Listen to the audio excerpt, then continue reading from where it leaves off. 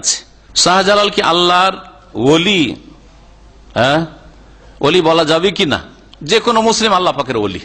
আমাদের কাছে শাহজালাল মুসলিম একজন মুসলিম আলেম অথবা ধার্মিক লোক, আল্লাহর ওলি। সুতরাং আমরা এটাই বলবো, কিন্তু তিনি মারা গেছেন তার আকীদা নিয়ে, তার ইবাদত নিয়ে মারা গেছে। তার আকীদায় যদি বিভ্রান্তি থাকে, ওয়াহদাতুল ওজুদ থাকে, হুলুল থাকে, আর এইরকমের যদি বিভ্রান্তি থাকে, তাহলে আল্লাহর কাছে তিনি যা নিয়ে গেছেন তা অবশ্যই পেয়ে গেছেন।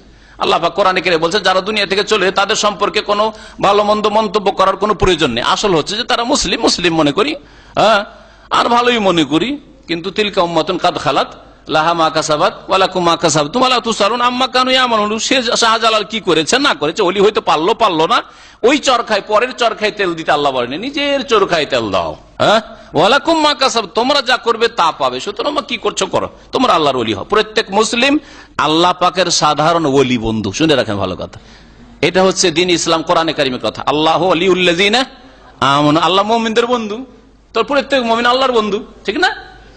আর খাস ওলি মানে এই কেরামতির ছড়াছড়ি আর এই বন জঙ্গলে ইবাদত উপাসনা করা, এগুলি নয়, এগুলি ভণ্ডামি। খাস ওলি যে যত বেশি তাকওয়া অর্জন করতে পারবে সে তত খাস ওলি। নবী সাল্লাল্লাহু আলাইহি ওয়াসাল্লাম সবচেয়ে বড় খাস ওলি। আম্বিয়া রাসূলগণ, সাহাবায়ে কেরাম, তাবেঈন, মুহাদ্দিসিনে কেরাম, ফুকাহায়ে কেরাম, উলামা ইসলাম, খাদেম ইসলাম, যারা দ্বীনের খেদমত করে, তাওহীদ সুন্নাতের খেদমত করে, তারা আল্লাহ পাকের খাস ওলি হইতে পারবে।